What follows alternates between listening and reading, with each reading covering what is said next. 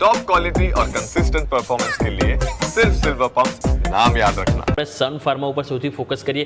Opening ટોપ loser સાથે જોવા મળે તો હજુ પણ ઘટાડો છે, પરંતુ આ ન્યૂનતમ શરતી સારી ખરીદારી આવી છે. તમે જુઓ તો આજે 1655 લો બનાવ્યા અને અત્યારે 1683 હાઈ, એટલે ન્યૂનતમ શરતી જુઓ તો ઓલમોસ્ટ 27 થી 28 પોઈન્ટની અપસાઇડ આપણને સ્ટોકમાં જોવા મળી રહી છે. સર, સન ફાર્મા એક વખત રિવ્યૂ કરી લઈએ. આજે સમાચાર હતા કે એમને જે હલોલ પ્લાન્ટ છે એમાં 8 ઓબ્ઝર્વેશન અહીંયાથી મળ્યા છે અને એમના જે એમડી એન્ડ સીઈઓ તરીકે પણ અહીંયાથી જે કીર્તિ ગાનોરકર છે તેમને અહીંયાથી નિયુક્ત કરવામાં આવે છે. એટલે સ્વાભાવિક છે કે મલ્ટિપલ ન્યૂઝ છે, જે બાદ સ્ટોક આજે આપણને નેગેટિવ ઓપન થયો, પરંતુ હા ન્યૂનતમ શરતી ખરીદારી આવતી જોવા મળી રહી છે. સર,